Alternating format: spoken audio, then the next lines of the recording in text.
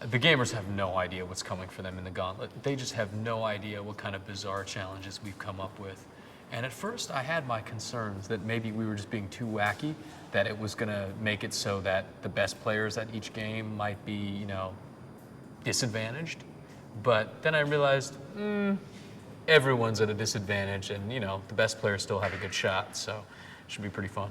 The Gauntlet is absolutely the test of an ultimate gamer, because what I think the Gauntlet really tests for is adaptability. Can you adapt to a certain situation on the fly? Can you make your best game shine through even under dire circumstances? For instance, Amy lost the one-man band challenge. And I think that that Amy deserved to lose the one-man band challenge because she wasn't adapting to the circumstances.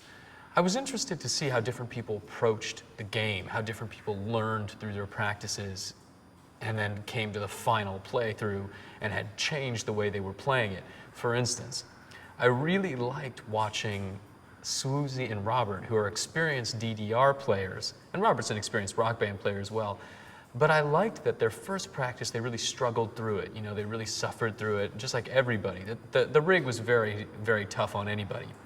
I actually played it myself. It was quite tough. But what I noticed was that the bass pedal on the drums was separate from the rest of the pedals. Very difficult to set up so that you could actually reach it, and barely even in the song. So what I noticed is the smarter players just took that thing and threw it away. Just realized, look, this isn't gonna help me. I'm not gonna get, streaks of 1 billion notes in a row, so why even bother with this thing? It's awkward, it gets in the way. But that's part of the challenge, I think, is that either you're good enough to really use it and get these massive streaks, unlikely, or you're smart enough to realize this is not gonna help me in terms of this challenge at all. So let's kick it to the curb. And the reason why I bring it up is at the end, Amy was kind of making excuses like, my pedal screwed up, I lost my pedal. I'm like, well, get rid of the pedal. Other gamers are already adapting. Inverted PGR is absolutely a test of adaptability because everything that you know about the game has been literally flipped upside down. Just about all you know is how to accelerate. So a very, very quick gamer can quickly swap left for right and right for left, and as long as they take their time and don't exceed what they're capable of doing in terms of their speed, they should be accurate enough to take the race. Sure enough, Jamal did just that. He adapted very quickly, realizing a little tap to the left was right, a little tap to the right was left, and I could just keep on accelerating and I'll win this race. And sure enough, he got out of the big, jams that were happening in the crowd beneath him, and he just got ahead and broke free and went all the way.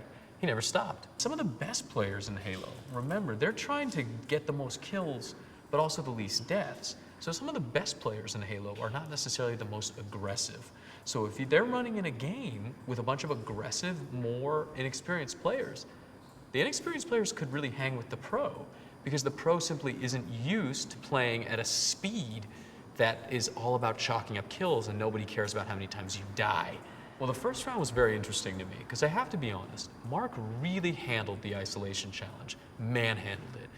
In terms of having a lot of people, a lot of targets to shoot at, Mark was invincible. Just clearly a crowd control guy that likes to be surrounded by a lot of opponents and fighting all the time, very aggressive player. Now, we misjudged that Mark wasn't necessarily the best Halo player because once he got into elimination, Robert and Jamal stomped on Dante and Mark. The reason for this is Robert plays this at a professional level. It's either game on today or it's game over. There's no in between.